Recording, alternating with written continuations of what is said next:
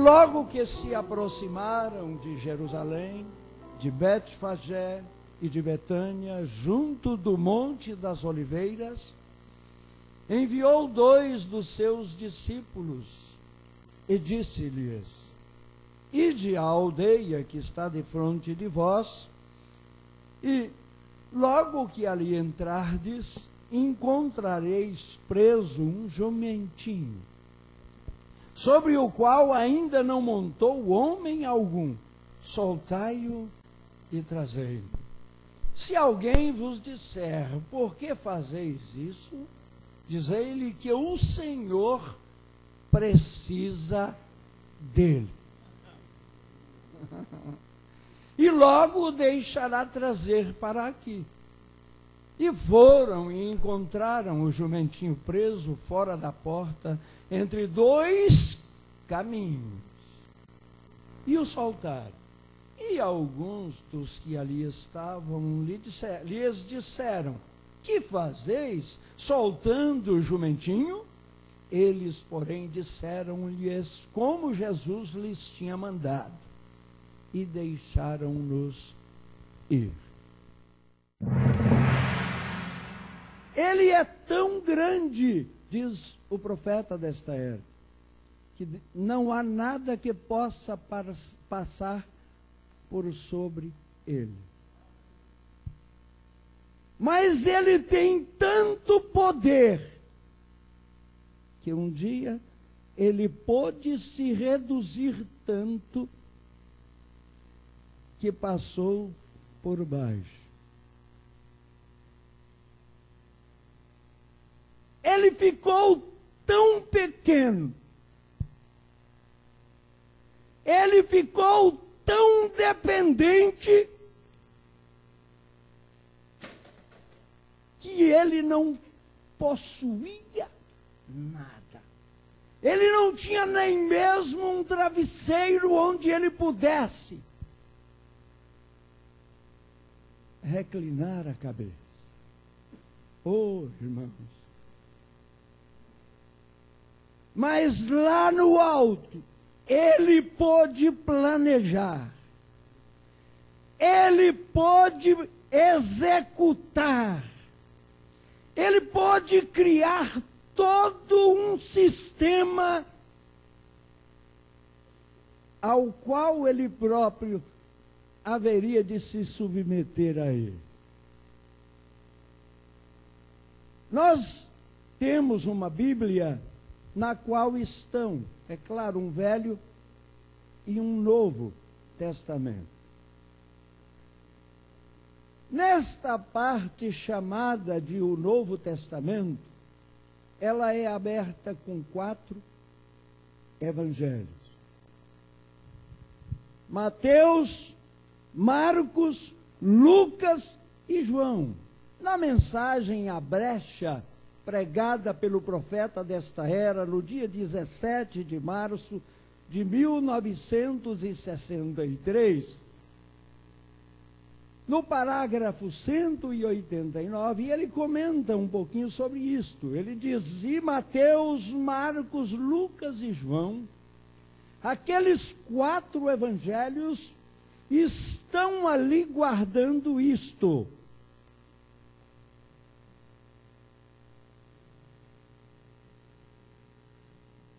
Estão ali guardando isto. Guardando o quê? Quem dos pregadores aqui poderia me dizer o que aqueles 4 evangelhos estão guardando?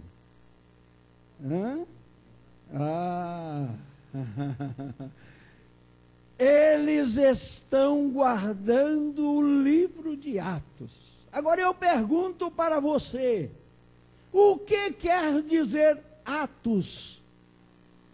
Atos quer dizer ações. Aleluias. Eu pergunto para você: estes atos terminaram? Não.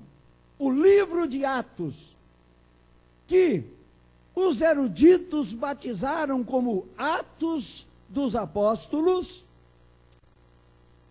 Deus nos enviou um profeta que, tendo uma visão mais alta dos fatos, nos mostrou que não são Atos dos Apóstolos, mas sim atos do Espírito Santo através dos apóstolos.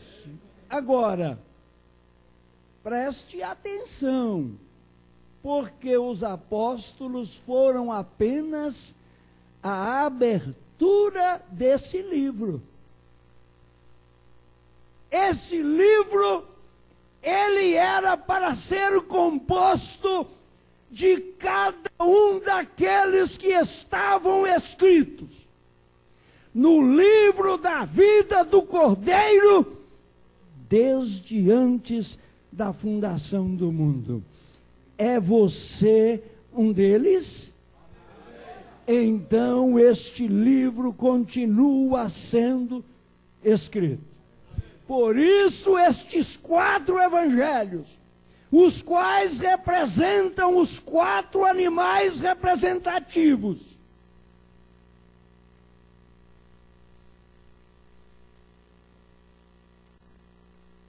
são os guardiões, aleluias, deste livro.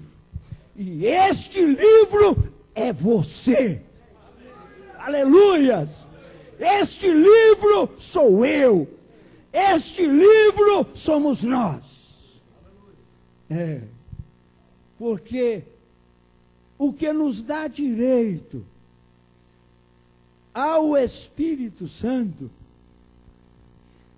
é uma vida vivida, é uma vida praticada, é uma vida atos. Aleluias. Então Deus, o qual é rico em misericórdia, o profeta diz aqui na mensagem que nós estamos em apreço, Mateus, Marcos, Lucas e João, aqueles 4 evangelhos ali, estão ali guardando isto, o livro de Atos. Mateus o representa como o poder de um leão. E Marcos o representa como o boi, o animal do sacrifício. Mateus, o evangelho do leão, era para ter sido o evangelho mais extenso, mas talvez tenha sido o mais curto dos evangelhos.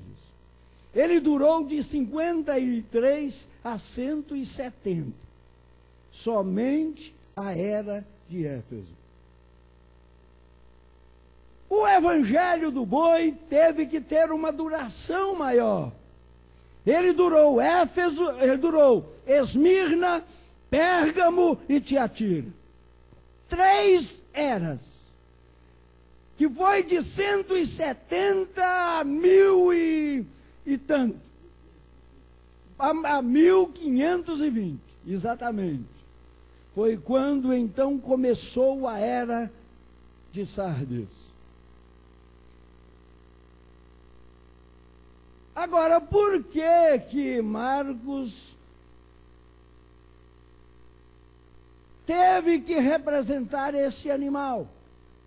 O evangelho mais curto representou a era mais longa. O ciclo, o período mais distante. 170 a 1520 foram 1350 anos de duração. O espírito do boi tinha que estar naquele ciclo. Por quê? Porque o boi é o animal do sacrifício. E todos aqueles que desciam ou que tinham que descer as fogueiras, tinham que serem queimados, tinham que serem comidos pelos leões, tinham que serem destroçados pelos touros bravios e etc., tinham que apodrecer no fundo de um calabouço, virar uma carniça fétida, tinha que estar possuído por aquele espírito. Ele era o espírito do sacrifício. Por isso a igreja desceu aos borbulhões até a morte. Aleluias, porque era aquele o ciclo para aquele dia. Mas um dia em 1420, a grande meretriz de Apocalipse 17 levou um homem chamado João Hus até a fogueira. E enquanto eles incendiavam aquela madeira que poria fim à sua vida, o Espírito do Senhor se apossou dele e ele disse: hoje vocês matam um ganso, que é o que significa Hus, ganso. Mas daqui a 100 anos, Deus levantará um cisne. E este quer dizer Lutero. Aleluias. E esse vocês não poderão matar. Oh, meu irmão. Em 1520, no auge, porque começou em 1517. Mas em 1520, o espírito do homem entrou em funcionamento. Evangelho do doutor Adelino Ferreira Barros. Cadê ele? Fugiu? Ah, está ali escondido. Não, do doutor Lucas. Mateus apresentou Jesus como o leão da tribo de Judá. Marcos o apresentou como o boi, o animal do sacrifício. E Lucas o apresentou como o filho do homem.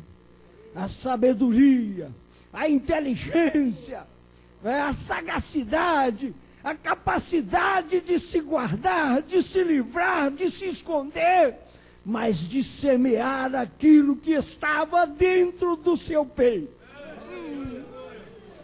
Ele chegou no final da era mais negra de todas, do período mais negro de todos. Mas o diabo tentou matá-lo de todas as maneiras. Mas Deus tinha falado, através de João Hus, que eles não poderiam fazer isso. Lutero viveu até a sua alta idade e morreu como um ancião. Aleluias. O diabo não pôde tocar nele. Por quê? Porque Deus tinha dito: esse não acontecerá isso. Ah, meu irmão, eu te pergunto, você ainda crê nesse Deus? Ele é Hebreus 13:8.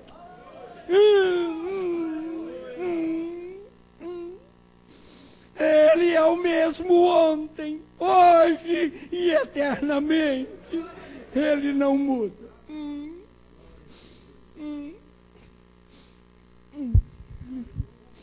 Oh, Deus. Filipenses 1:6 tem que se cumprir nos fatos. Através destes evangelhos, aquele que em vós começou a boa obra, ela foi começada sob a égide do leão da tribo de Judá. Ela veio prosperando, veio progredindo, aparentemente derrotada, aparentemente acabada.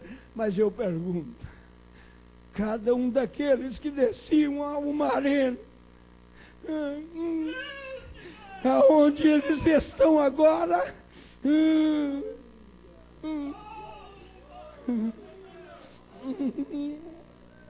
Às vezes, a gente perde o domínio.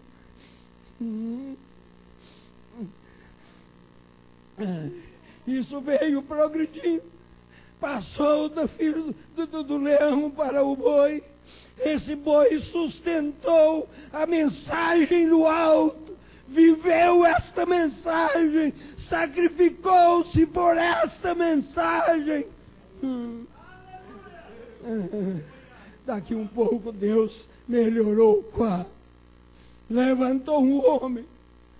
O homem trabalhou, mudou o quadro da história. Trouxe um movimento chamado protestante. Protestante, protestante, protestante. Graças a Deus que você é um protestante. Aleluia, aleluia. E aí aquilo foi crescendo. Deus justificou o homem em Sardes. Deus santificou o homem em Filadélfia. Ainda era o homem trabalhando, o homem desmontando aquilo que o diabo tinha construído através da força. Mas foi sendo desmontado,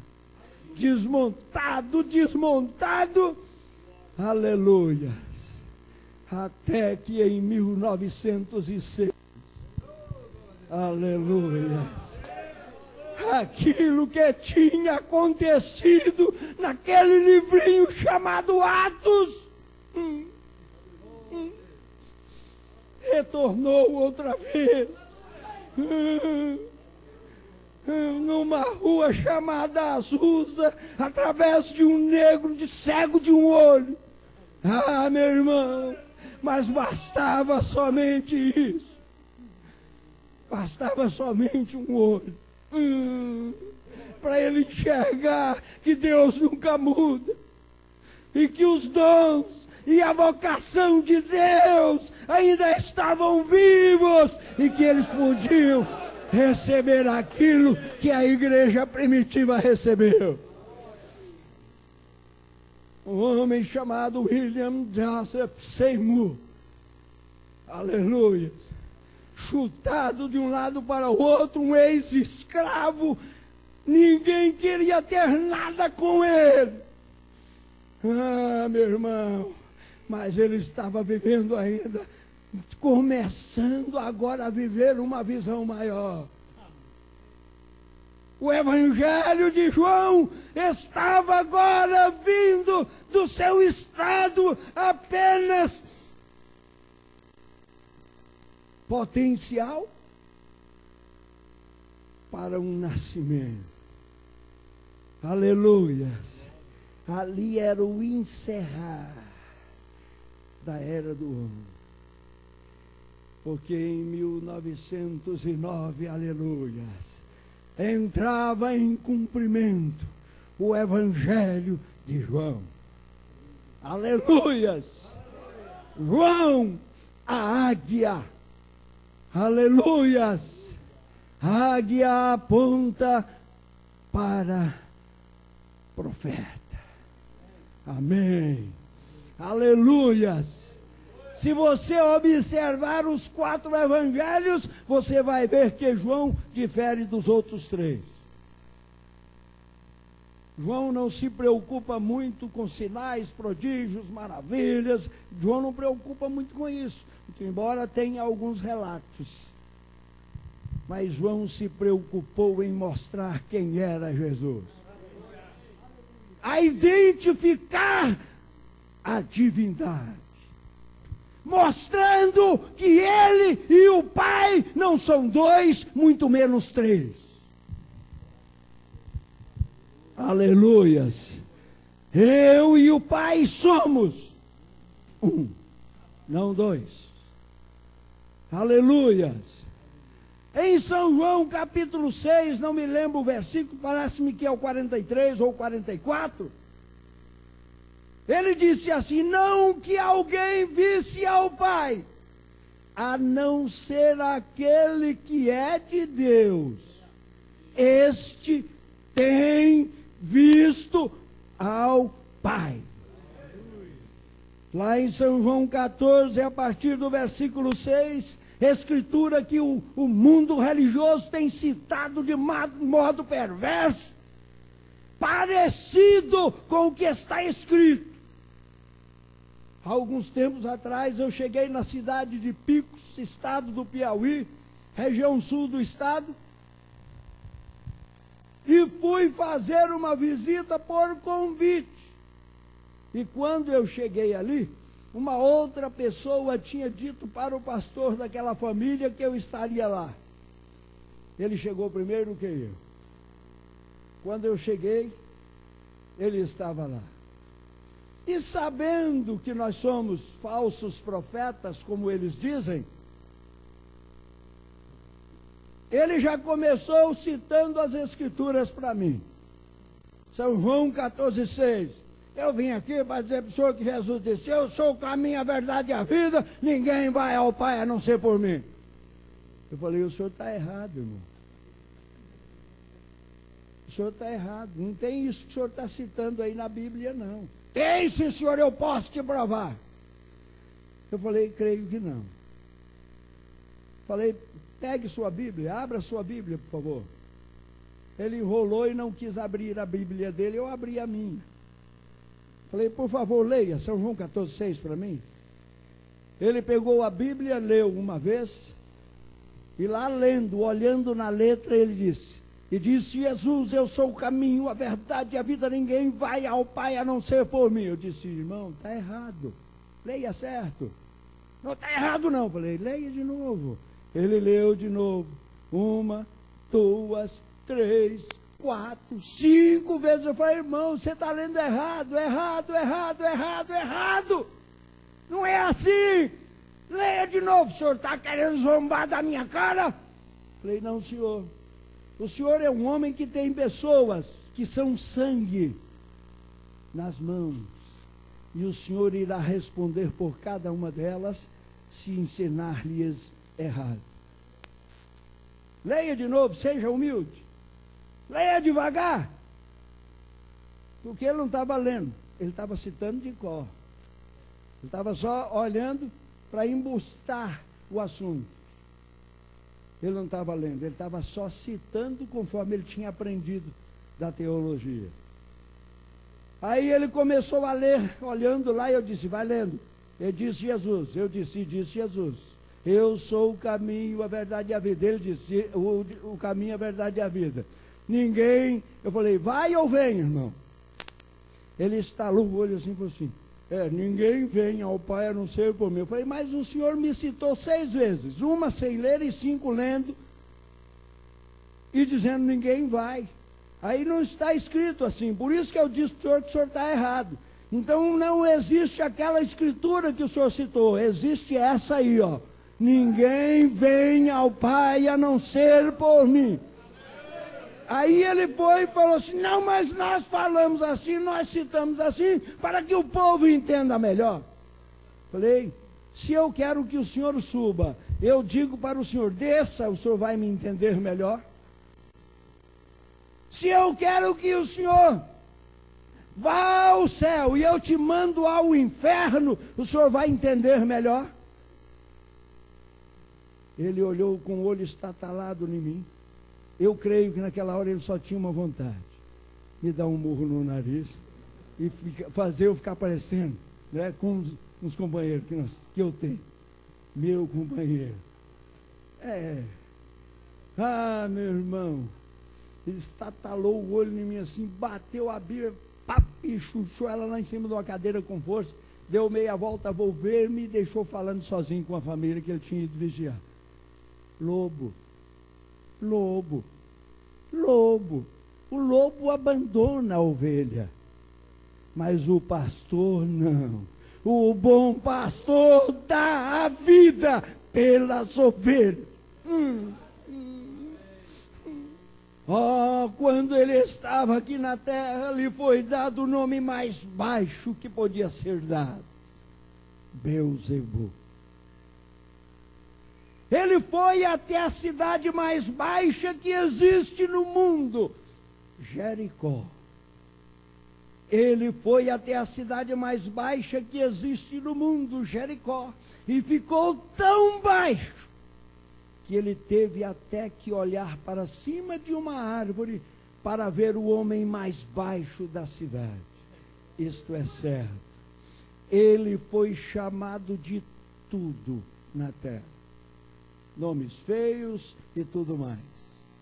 Ele se tornou completamente dependente de tudo e de todos. Veja, a leitura em pauta, a leitura que tivemos, ela nos mostra que, naquele dia, para poder entrar lá na cidade, ele tinha que entrar ali. Mas ele não tinha uma condução para fazer aquilo. Mas dele já estava escrito. Zacarias 9, versículo 9. Então o profeta diz aqui, a leitura em pauta nos mostra isto, que Deus, para realizar seus objetivos, Ele precisa de algo que Ele possa usar para que os mesmos possam serem atingidos. Sejam eles objetos, animais ou o homem. Então Deus é totalmente dependente. Ele precisa, ou não? Ele precisa. Ele precisa de mim. Ele precisa de você. Ele precisa de cada um de nós.